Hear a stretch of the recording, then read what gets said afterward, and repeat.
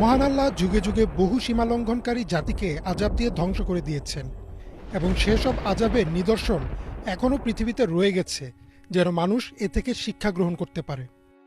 এমন এক নিদর্শন হচ্ছে মৃত সাগর বা ডেড সি। আল্লাহ লূত আলাইহিসসালামের জাতিকে তাদের ঘৃণ্য অপরাধের কারণে ধ্বংস করে দেন, আর আল্লাহর আযাবের কারণে মৃত সাগর আজ পর্যন্ত মৃত। আর এই স্থানকে দ্রুত ত্যাগ করতে বলেছেন মহানবী সাল্লাল্লাহু আলাইহি ওয়াসাল্লাম। নাম মৃত সাগর হলেও এটি আসলে একটি হ্রদ। পৃথিবীর অন্যান্য সাগরের তুলনায় এই হ্রদের পানি 10 গুণ বেশি লবণাক্ত, আর এই কারণেই এখানে জন্মাতে পারে না কোনো মাছ বা উদ্ভিদ। এজন্যই এর নাম দেওয়া হয়েছে মৃত সাগর।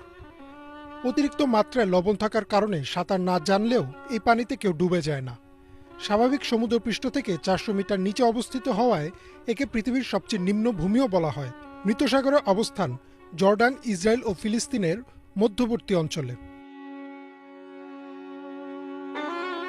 বহু বছর আগে এই মৃত সাগরের স্থানেই গড়ে উঠেছিল এক জাতি, যার নাম ছিল সাদুম।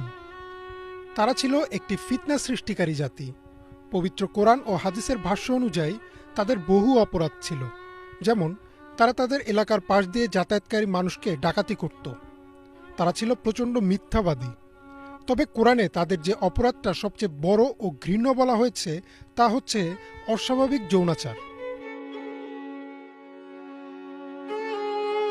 মহান আল্লাহ তাদের হেদায়েতের জন্য হজরত ইব্রাহিম আলাইহিসসালামের ভাতিজা হজরত লূত আলাইহিসসালামকে পাঠালেন।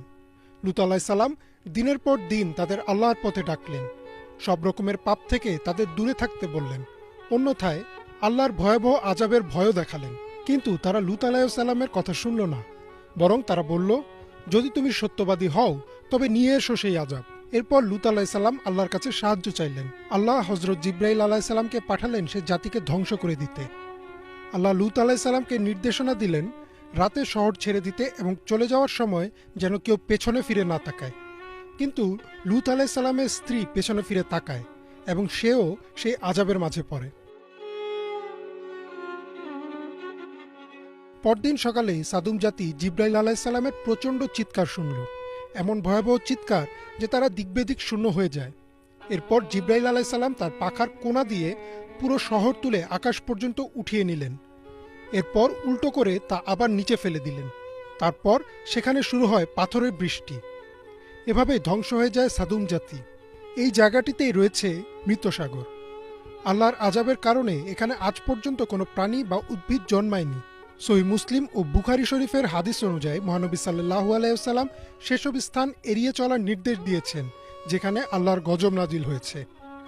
এভাবেই আল্লাহ সীমালঙ্ঘনকারীদের শাস্তি দেন আর তাদের নিদর্শন যুগ যুগ ধরে সংরক্ষিত করে রাখেন, যেন মানুষ শিক্ষা নিতে পারে।